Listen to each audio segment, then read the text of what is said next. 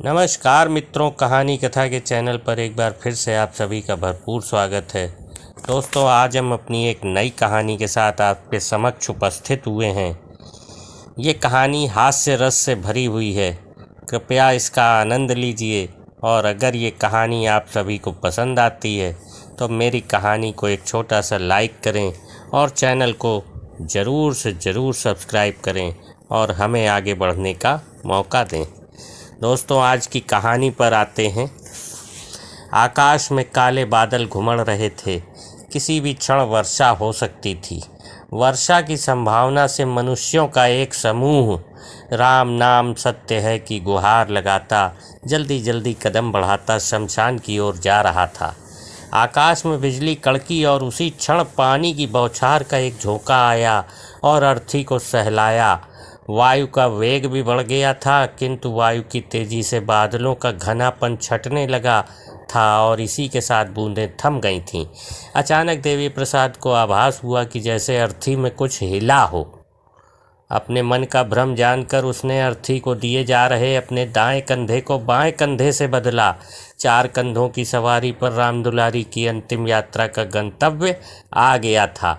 एक मोड़ के बाद ही शमशान प्रवेश के बड़े फाटक से लोगों का समूह अंदर प्रवेश कर गया। सौदागृह की दीवार पर बड़े बड़े अक्षरों में लिखा था, यहाँ तक लाने के लिए आपका धन्यवाद। अब आगे की यात्रा हम स्वयं करेंगे। एक विशाल पीपल के वृक्ष के आगे बने सीमेंट के चबूतरे पर सावधानी से अर्थी रख दी गई। लोगों के झुंड एवं शोर से पीपल की शाखों पर बैठे पक्षी अचानक फड़फड़ा कर उड़ गए। कंधे से उतरे भार से देवी प्रसाद ने राहत की सांस लेते हुए कंधा सहलाया ही था कि अचानक माँ की अर्थी हिलने लगी। देवी प्रसाद को लगा कि रात भर जागने से उसकी नींद से थकी आँखों को भ्रम हो रहा है, किंतु देवी प्रसाद ने देखा कि उसके बड़े भाई बद्री प्रसाद एवं पास खड़े लोगों की भी भय से विस्फारित आंखें भी वही देख रही हैं जो वह स्वयं देख रहा है। माँ की अर्थी वास्तव में कांप रही थी। अर्थी के पास खड़े लोग भय से पीछे हट गए थे। पास खड़े लोगों में से कोई चिल्लाया, भूत भूत भूत, भागो भागो। भीड़ में अफरा तफरी सी मच गई। पीपल की शाखों पर बैठे कौओं की काँव काँव का शोर बढ़ गया था। कमजोर कलेजे के लोग शमशान छोड़ भागने लगे। इस अप्रत्याशित अनहोनी को देख राम दुलारी के दोनों पुत्र एवं घर के अन्य सदस्य भय एवं आशंका के वशीभूत चबूतरे से पीछे हट गए। उसी क्षण अर्थी के कफन से 2 हाथ बाहर निकले और दूसरे ही पल मुर्दा अर्थी से उठ बैठा। माथे पर फैल आया रोली का लाल रंग। छितराए केसों के मध्य झुर्रियों से भरे चेहरे पर फटी फटी आंखों से देखती राम दुलारी एक प्रेत सरीखी लग रही थी। बेटे, मुझे यहाँ क्यों लाए हो? मुर्दे के मुंह से निकली क्षीण ध्वनि वातावरण में किसी बम के धमाके से गूंज उठी। अप्रत्याशित घटना की उत्तेजना से उबरते हुए देवी प्रसाद आशंकित अर्थी के पास बैठ गया और पूछा, माँ तुम ठीक हो? पथराई आंखों से चारों ओर देखती हुई राम दुलारी ने पुनः पूछा, हाँ मैं ठीक हूँ, पर मुझे यहाँ क्यों लाए हो? घर की चौखट से 4 कंधों पर सवार होकर निकली राम दुलारी अब रिक्शे की सवारी पर पुनः घर की चौखट की ओर पुत्रों के साथ चल दी। रिक्शे के साथ चल रही लोगों की भीड़ देवी माँ के जयकारे लगा रही थी। मुर्दा जी उठा का समाचार मोहल्ले में आग की तरह फैल गया। रिक्शे के साथ चलते काफिले को देखने घर के छज्जों पर, खिड़कियों पर स्त्रियों एवं बच्चों का हुजूम उत्सुकता से रिक्शे पर सिर झुकाए बैठी राम दुलारी को देख रहा था। ऐसा नज़ारा था जैसे रिक्शे पर राम दुलारी न होकर गणेश की प्रतिमा हो, जिसे जल में सिराने भक्तों का जुलूस जा रहा हो। देवी प्रसाद के पड़ोस में रहने वाले हकीम जी का लंगड़ा कर चलने वाला लड़का सिब्बू शमशान से ऐसे भागा जैसे उसकी 1.5 टांग न होकर 3 टांगें हों। किसी मैराथन दौड़ के धावक की तरह हाँफते हाँफते वह देवी प्रसाद के घर की चौखट पर पहुंच गया। वैसे तो उस घर में उसका प्रवेश निषिद्ध था, क्योंकि अक्सर वह छत की मुंडेर से देवी प्रसाद की 16 वर्षीय लड़की निम्मो की ताक झांक किया करता था, किंतु घर में घुसने का आज जैसे सुनहरा अवसर उसे फिर कहाँ मिलता। अम्मा के मरकर जिंदा होने की धांसू खबर का वह प्रथम संदेश वाहक बनने का गौरव पाना चाहता था। देवी प्रसाद की औरत ने जब शिब्बू को धड़धड़ाते घर में घुसते देखा तो लपक कर दरवाजे पर आई और तमतमाते हुए कहा, अरे रे रे रे, यह क्या म्युनिसिपैलिटी के सांड की तरह घुसा चला आ रहा है। शिब्बू थोड़ा सा ठिठका, फिर जैसे ही उसकी नज़र कमरे के बाहर खड़ी निम्मो पर पड़ी तो दूने उत्साह से उसने कहा, आंटी ऐसी खबर लाया हूँ कि सुनकर उछल पड़ोगी। सुनकर निम्मो भी उत्सुकता से चौखट तक आ गई। उसने आज चुन्नी भी नहीं डाली हुई थी। कमीज से उसका गदराया बदन झलक रहा था। अभी घर से मुर्दे की धूल भी नहीं छटी और तू खबरची बनकर घुस आया। देवी प्रसाद की औरत ने निम्मो को घूरते हुए कहा। वही तो, शमशान घाट पर अम्मा कफन फाड़ कर उठ बैठी हैं और अब रिक्शे पर बैठकर घर आ रही हैं। शिब्बू ने कनखियों से निम्मो की कमीज को ताकते हुए कहा। क्या अनाप शनाप बक रहा है? देवी प्रसाद की पत्नी ने अविश्वास से कहा। विश्वास नहीं आता तो गली से आता देवी मैया के जयकारे का शोर तो सुनाई दे रहा होगा। यह अम्मा के जुलूस का शोर है, शिब्बू ने जोर देते हुए कहा। देवी प्रसाद एवं बद्री प्रसाद की पत्नियां घर की ड्योढ़ी पर मरकर जीवित हुई सास के स्वागत में खड़ी मन में सोच रही थीं कि कैसे न कैसे तो बुढ़िया मरी और अब फिर से छाती में मूंग दलने वापस आ रही है। मनुष्यों की भीड़ के साथ चलता रिक्शा घर की ड्योढ़ी पर आकर लग गया। इतनी भीड़ तो राम दुलारी जैसी अनाम बुढ़िया की शव यात्रा में भी नहीं थी जितनी उसके जीवित होकर आने में हो गई थी। थकी सी राम दुलारी की छीड़ काया पुत्रों की सहायता से रिक्शे से उतरी। देवी माँ के जयकारों के बीच लोगों का कौतूहल भरी नज़रों से अपने को बचाती हुई वह घर में प्रवेश कर गई। मरकर जीवित होने के अपराध बोध से ग्रस्त थकी सी राम दुलारी घर की चारपाई पर निढाल सी सो गई, या फिर लोगों के प्रश्नों से बचने के प्रयास में सोने का नाटक कर रही थी। राम दुलारी तो सो गई, किंतु मोहल्ला जाग उठा था। एक उत्तेजना का वातावरण व्याप्त था। यह एक ऐसा निम्न मध्यम वर्गीय मोहल्ला था जिसकी पहचान यहाँ की कोलतार उधड़ी सड़कों पर आवारा घूमते पशुओं के बीच गिल्ली डंडा या कंचे जैसे राष्ट्रीय खेल खेलते बच्चे हुआ करते थे। इस अनाम से मोहल्ले को राम दुलारी एपिसोड ने अचानक सुर्खियों में ला दिया था। सनसनीखेज खबरों के भूखे टीवी वाले और प्रेस वाले अपने अपने कैमरे लटकाए इस मोहल्ले में सक्रिय हो उठे थे। प्रसाद बंधुओं की पत्नियां, जो सास के जीवित होने से विक्षुब्ध थीं, अपने को दूरदर्शन पर दिखलाए जाने की उत्तेजना से प्रेस और कैमरे के सामने काजल लिपस्टिक लगाए विस्तार से पुनर्जीवित गाथा का ब्यौरा दे रही थीं। ईश्वर को सास के पुनर्जीवित होने के धन्यवाद के साथ इसे अपने पूर्व जन्मों का सुफल भी बता रही थीं, किंतु राम दुलारी के प्रेस के समक्ष न आने के हट के चलते उसके मरकर जीवित होने के अनुभवया उसके मन में क्या चल रहा है, इन सबसे वंचित प्रेस वालों को राम दुलारी के विभिन्न कोणों से लिए फोटो से संतोष करना पड़ा। कैसे न कैसे अफरा तफरी में वह दिन गुजर गया। अगले दिन घर के सदस्यों एवं मोहल्ले के बड़े बूढ़ों की राय से जीवित हुए मुर्दे के संभावित दुष्प्रभाव की छाया के निवारण हेतु पंडित शिवचरण बुलवाए गए। पंडित शिवचरण ने आंखें मूंद कर आकाश की ओर देखते हुए कोई अस्पष्ट सा मंत्र बुदबुदाया। तत्पश्चात अपने थैले से कोई कर्मकांड संबंधित पोथा निकालकर उसके पन्ने पलटे और मनन की मुद्रा में आ गए। ऐसा लगता था जैसे कोर्ट में बैठा कोई न्यायाधीश सबूतों एवं गवाहों को सुनने के बाद किसी जटिल मुकदमे का फैसला सुनाने जा रहा हो। पंडित शिवचरण के जीवन में संभवतः यह प्रथम अवसर ही था जब मरकर जीवित हुए किसी जीव के कर्मकांड संबंधित अनुष्ठान का निर्णय उन्हें देना था। शिवचरण जी ने कर्मकांड ग्रंथ को श्रद्धा से अपने थैले में रखा। उसके पश्चात गंभीरता का मुखौटा ओढ़ते हुए देवी प्रसाद एवं बद्री प्रसाद को संबोधित करते हुए कहा, देखिए जजमान, आपकी माँ की मृत्यु तो निश्चित रूप से हो चुकी थी, किंतु ईश्वर कृपा से पूर्व जन्म कर्म फलों के कारण इसी शरीर में उन्हें नया जीवन दिया गया है। कोने में खड़ी दोनों पत्नियां पंडित के ज्ञान दर्शन को समझने की चेष्टा में अपने अपने पतियों के समीप आकर खड़ी हुईं, किंतु इन सब के भ्रमित चेहरों पर साफ लिखा था कि मृत्यु, पूर्वजन्म, कर्मफल जैसी शब्दावली उनके लिए ऐसे ही अनजान थी जैसे गांव की पाठशाला के मास्टर के लिए ट्विटर और फेसबुक जैसी शब्दावली। देवी प्रसाद ने अपने अज्ञान के क्षोभ को दबाते हुए झल्ला कर कहा, पंडित जी, यह कर्मकांड और कर्मफल के ज्ञान को छोड़िए, हमें तो यह बतलाइए कि अब हमें करना क्या है।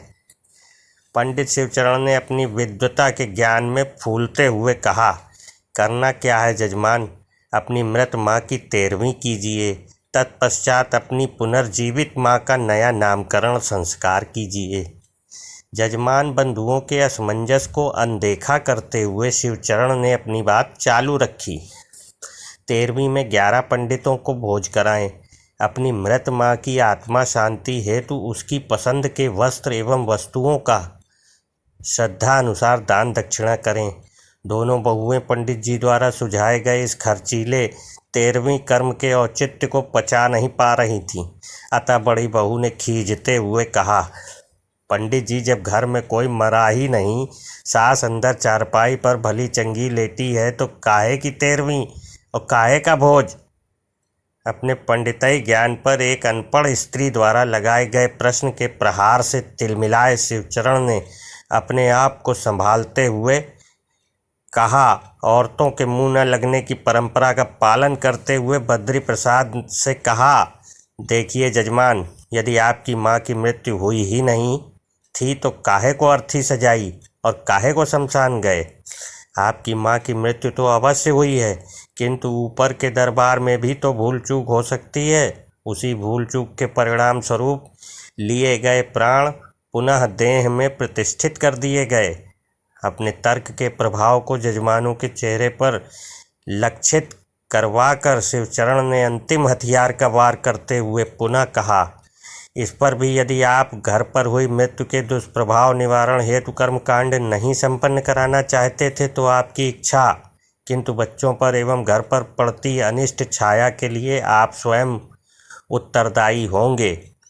पंडित जी की इस धमकी के आगे बहुएं नतमस्तक अवश्य हो गईं, किंतु इस अनावश्यक खर्च की खीज उनके चेहरे पर साफ झलक आई थी। माँ की 13वीं एवं नामकरण विधि विधान से किए जाएंगे, इस निर्णय के साथ सभा विसर्जित हो गई। पंडित शिवचरण संतुष्टि के भाव से अपनी पोथी पुस्तक समेटकर प्रस्थान कर गए। राम दुलारी को जब ज्ञात हुआ कि जीते जी उसकी 13वीं मनाई जा रही है तो शर्म से उसका कलेजा फट पड़ने को हो आया। काश मौत उसके बस में होती तो वह उसे अभी गले लगा लेती। वैसे भी उठते बैठते बहुओं के ताने सुनने से तो मर जाने में ही ज़्यादा सुकून मिलता। वह सोचने लगी कि हे भगवान, जीते जी इन आँखों से अपनी 13वीं देखने से तो अच्छा है कि मेरे प्राण ले लो। ड्योढ़ी पर छत पर से होते हुए सूरज की लालिमा का प्रकाश घर के दालान में फैल गया था। कोने के गमले में लगा तुलसी का पौधा पानी के अभाव में मुरझा गया है।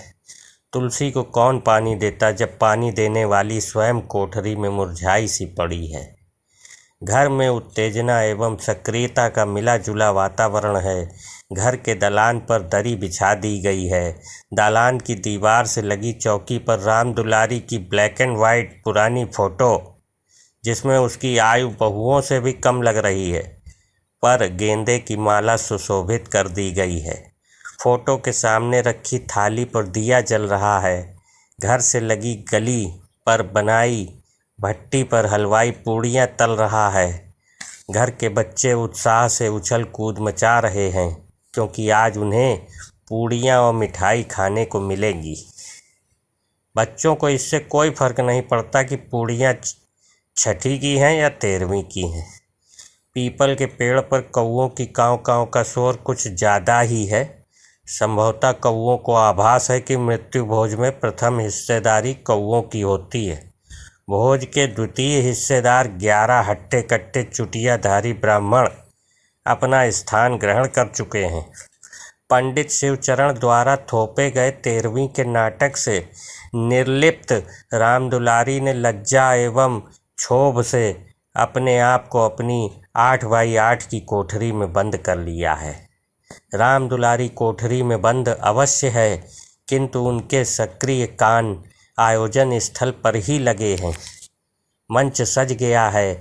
मंच संचालक यानी कि पंडित शिवचरण ने मंत्रोच्चारण से नाटक का आरंभ कर दिया है। शब्द वातावरण में तैर रहे हैं, दलान से होते हुए रामदुलारी की कोठरी तक। मंत्रोच्चारण की स्वर लहरी में कहीं अतीत से गूंजे स्वर गडमड हो जाते हैं। 50 कोस दूर बसे सोडा गांव में रामदुलारी का मायका है। मायके के आंगन में लगा नीम का पेड़ कब पराया हो गया, कब वह शादी के 7 फेरे लेकर मुंशी दीनानाथ के साथ इस आंगन में आ गई थी और आज इसी आंगन में जीते जी। उधर दलान में संपन्न होते यज्ञ से स्वाहा स्वाहा की ध्वनियाँ आ रही हैं। रामदुलारी को स्वाहा के स्वर कहीं नेपथ्य से आते प्रतीत हो रहे हैं। घर में प्रथम पुत्र के नामकरण का यज्ञ था। रामदुलारी माँ बन गई थी। उसके आंचल में दुग्ध पान करता नन्हा बद्री प्रसाद आ गया था। उसने स्त्रीत्व की पूर्णता पा ली थी। और फिर आया देवी प्रसाद। घर का यही आंगन 2 बच्चों की किलकारियों से गुलजार हो गया था। उस दिन उसे बड़ा आश्चर्य हुआ जब उसने देखा कि मुंशी जी एक भूरी गाय की डोर थामे चले आ रहे हैं। पति ने मुस्कुराते हुए कहा था, घर में एक माँ तो तुम हो ही, मैं एक और माँ ले आया हूँ। आज रामदुलारी को सब एक एक कर याद आ रहा था। यादों का तारतम्य बाहर दलान से आती बर्तनों, प्लेट, प्यालियों की आवाज़ों से टूट जाता है। संभवतः ब्राह्मण 13वीं का भोज कर रहे हैं। वातावरण में आलू पूड़ी की सुगंध फैल जाती है। जीरे वाले आलू के साथ अजवाइन मिली नमकीन पूड़ियाँ मुंशी दीनानाथ को भी बहुत पसंद थीं। बाहर दलान में लोगों के चलने फिरने के स्वर आ रहे हैं। दरवाजे के बाहर से आती पदचाप से ही रामदुलारी पहचान जाती है कि मुंशी जी आ रहे हैं। ऐसे ही एक दिन जब उसे लगा था कि घर के दरवाजे के बाहर से आती पति की चिर परिचित पदचाप आज और दिनों की अपेक्षा कुछ बदली सी है। मुंशी जी की पदचाप में एक लड़खड़ाहट सी थी। आते ही क्लांत से खाट पर लेट गए और बोले, बद्री की माँ, सीने में दर्द सा उठ रहा है। वह तुरंत रसोई से तेल की शीशी ले आई। वह सीने में तेल की मालिश करती रही और मुंशी जी की आंखें मूंदती गईं। मुंशी जी का शरीर एक बारगी कपकपाया, एक झटका सा लगा और उनके हाथ से तेल की कटोरी गिर गई और फिर सब शांत। तेल मालिश उनके 40 वर्षीय विवाहित जीवन में पति को दी गई उनकी अंतिम सेवा बन गई। आंसू की गर्म बूंद आँख की कोर से निकलकर रामदुलारी के गालों पर ढलक जाती है। कोठरी की दीवारें धुंधला सी जाती हैं। दलान से आती आवाज़ों की ध्वनियाँ कहीं दूर खो जाती हैं। आँखों में अक्स से तैर आते हैं। मुंशी जी खड़े मुस्कुरा रहे हैं। भूरी गाय ओसारे में खड़ी रंभा रही है। एक माँ दूसरी माँ को बुला रही है। मायके के आंगन वाला नीम का पेड़ उसे बुला रहा है। फिर सब दृश्य एक दूसरे में गडमड हो जाते हैं। मुंशी जी, भूरी गाय, नीम वाला आंगन, नींद की खुमारी सी छाती जा रही है। उधर दलान में पंडित शिवचरण का थैला दान दक्षिणा के सामान से भर गया है। जीवन की निस्सारता और अंत में सब कुछ यहीं रह जाता है। जैसे वाक्यों से 13वीं कर्म के बाद का पारंपरिक प्रवचन कर रहे हैं। मेरा तेरा लेना देना मोह माया सब छलावा है। श्रोता उबासियाँ लेते हुए पंडित जी का प्रवचन सुन रहे हैं। संसार तो एक छलावा है, बस एक ईश्वर ही सत्य है के वाक्य से पंडित शिवचरण अपने प्रवचन का समापन करते हैं। जजमान बद्री प्रसाद को संबोधित करते हुए पंडित जी बोले, आपकी माता जी का 13वीं कर्म तो संपन्न हुआ, अब अपनी माता जी को नामकरण संस्कार हेतु बुलवाइए। पंडित जी ने संतुष्टिपूर्ण मुद्रा में कहा। दोनों पुत्र और उनके पीछे उनकी पत्नियां राम दुलारी की कोठरी में प्रवेश करते हैं। राम दुलारी खुली आंखों से सो रही है, शांत एवं निश्चल। उठो माँ, उठो माँ, पंडित जी नामकरण के लिए बुला रहे हैं। वह उसे हिलाते हैं। राम दुलारी का निस्पंद ठंडा शरीर एक तरफ को लुढ़क जाता है, किंतु उसकी खुली खुली आँखें जैसे कहीं कुछ खोज सी रही हैं और राम दुलारी इस संसार से विदा हो जाती है। दोस्तों, ये कहानी यहीं समाप्त होती है। नमस्कार।